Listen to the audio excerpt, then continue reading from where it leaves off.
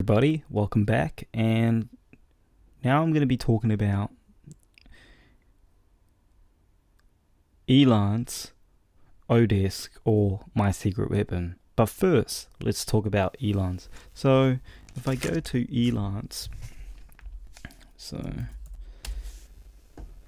I've actually posted a job here before, and I tried to get some work done, but I thought that elance wasn't the best alternative to go to.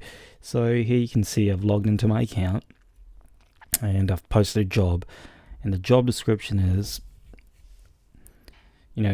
kick-ass iOS game graphic designer needed for ongoing and exciting work. Now I got about 10 proposals in total, and you can see here that most of these are from companies, and their rates are quite, for a virtual assistant, you don't want to be paying anything more than $5 an hour, because you won't get a lot of bang for buck, as would say. So here we can see we've got Jota Production, they're Indonesian, and they're charging $21 an hour.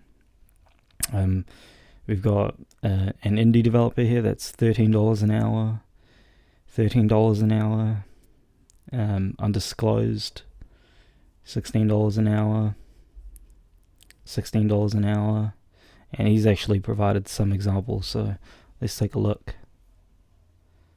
Most of these examples that these people provide won't be applicable to yourself, but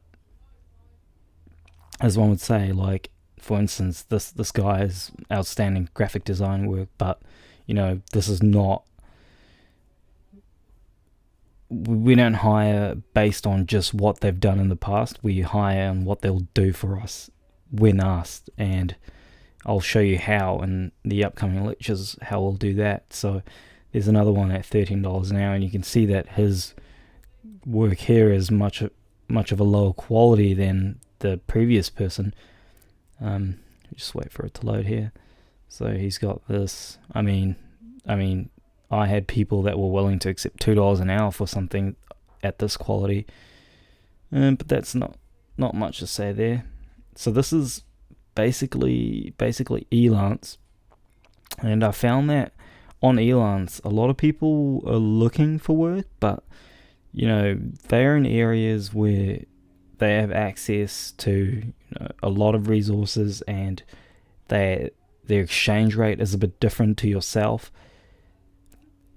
and that's why they're willing to accept a higher rate of payment. I mean, someone in India, they shouldn't really be charging $20 an hour, because the US dollar to the Indian rupee is it's a lot, but that's these hourly figures, they're quoted in US dollars. So for you to pay someone $20 an hour, that's a huge amount. Like, if you are certain that you can't make that back, then you should not go with these kind of people, because again, you'll be losing a lot of money in your startup company, and you won't get much done. So let's take a look at Odesk.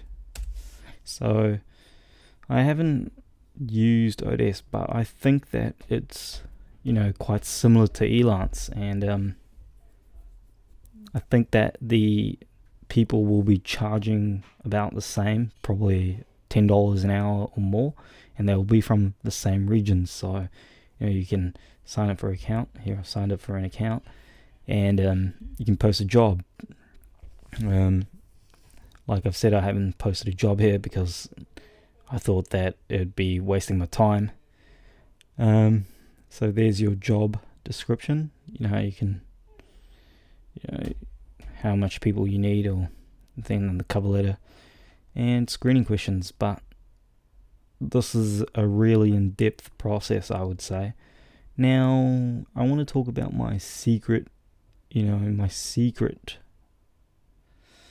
that and not many people probably know about, but my secret is easyoutsource.com,